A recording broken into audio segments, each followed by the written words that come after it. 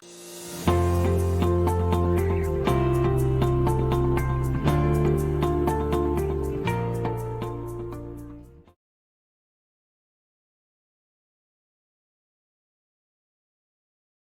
y a des défis objectifs et des défis subjectifs.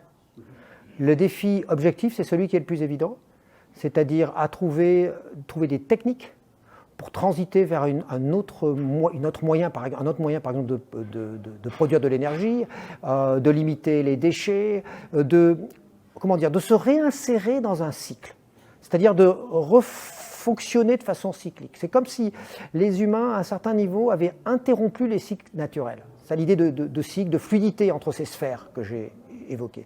Donc, il y a un moyen, grâce à la technologie, de se réinsérer dans les cycles. Il y a beaucoup de gens qui sont critiques de la technologie. Moi, je ne suis pas critique de la technologie. Je dis tout le temps, la technologie, c'est ce que les Grecs appellent un pharmakon. C'est ce qui a fait le mot pharmacie et ce qui fait le mot, à la fois, en grec, ça signifie à la fois médicament et poison. Mais tout dépend de l'usage et du dosage. Je pense que la technologie peut faire le pire. Comme un médicament, lorsqu'on le surdose, il peut faire le pire. Mais s'il peut faire le pire, c'est qu'il est actif. Donc il peut aussi faire le meilleur. Il peut aussi nous guérir. Et donc je pense que la technologie peut être utile pour modéliser des cycles. Aujourd'hui, on parle de smart city, par exemple. On utilise l'ultra-technologie pour faire de la ville une ville de plus en plus propre, justement, qui interrompt moins les cycles de nature, mais grâce à la technologie, ce qu'on ne pouvait pas faire avant. Moi, je suis pour ce que j'appelle, ma philosophie, c'est la philosophie de la station d'épuration. C'est-à-dire, on ne consomme pas moins d'eau, mais on invente une nouvelle manière de consommer de l'eau, de nouveaux cycles. Vous avez parlé tout à l'heure de désir. Oui, exactement. C'est exactement ça. Ça, c'est les défis objectifs. Puis ensuite, il y a les défis subjectifs qui, même s'ils apparaissent en second comme ça, ils sont peut-être les plus importants. C'est que vous avez vu qu'aujourd'hui, il y a un problème avec la crédibilité de la science.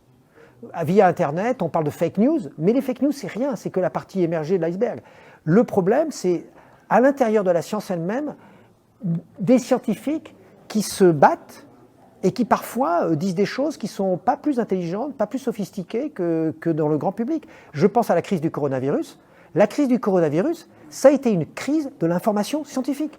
Ça a été une crise de l'objectivité. C'est-à-dire que là, il y a eu, et même dans les meilleures revues au monde, le Lancet, comme le New England Journal of Medicine, ont publié des articles quasiment des fakes.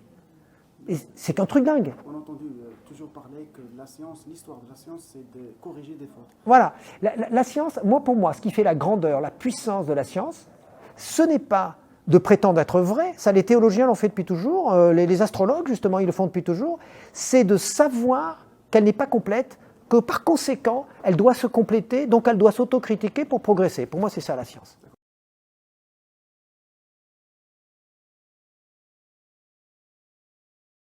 C'est ça que j'évoquais, hein. C'est ça que j'évoquais dans votre question, c'est ce que j'évoquais. J'ai dit, l'enjeu subjectif, c'est ça.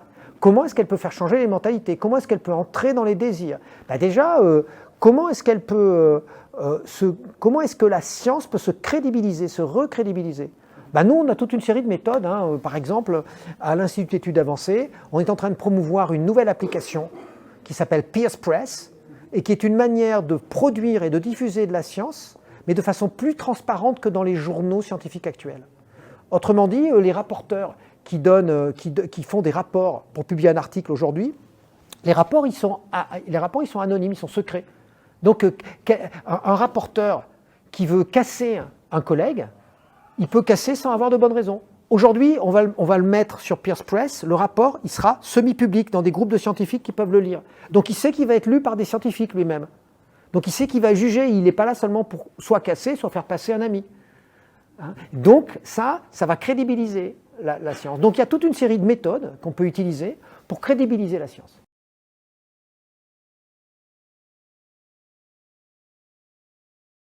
Je vais vous dire, la science, c'est une des seules disciplines, enfin on pourrait dire avec le sport ou avec l'art, qui est par essence transnationale.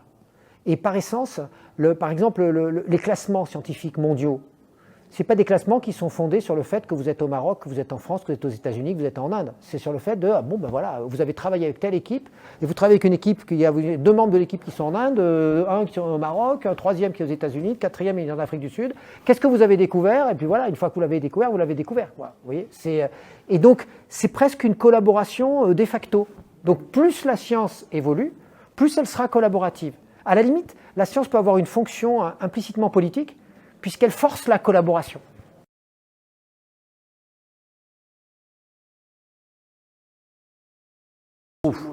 Waouh, ça c'est une question un peu piège, hein, il y en a énormément.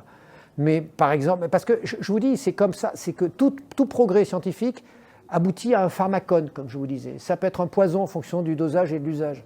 Mais si je prends l'exemple d'Internet, moi je pense qu'Internet est globalement positif. Alors les gens, ils sont attachés à Internet, à leur iPhone, on devient tous... L'iPhone, ça devient une drogue, on arrive... Mais en même temps, ça a créé la possibilité, je ne sais pas, de faire que les gens sont moins isolés, ils ont accès à la ils ont accès même à des informations concurrentielles. C'est pas seulement source de fake news, hein, Internet.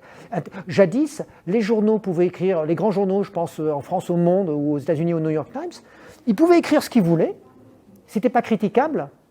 Aujourd'hui, vous croyez que si les journaux ils font du fact-checking, c'est pourquoi? Parce qu'ils savent que sur Internet, n'importe qui peut aller challenger ce qu'ils ont raconté dans le journal. Et ça, c'est possible seulement grâce à Internet en temps réel. Donc ça a complètement transformé notre mentalité à l'échelle planétaire. Merci beaucoup.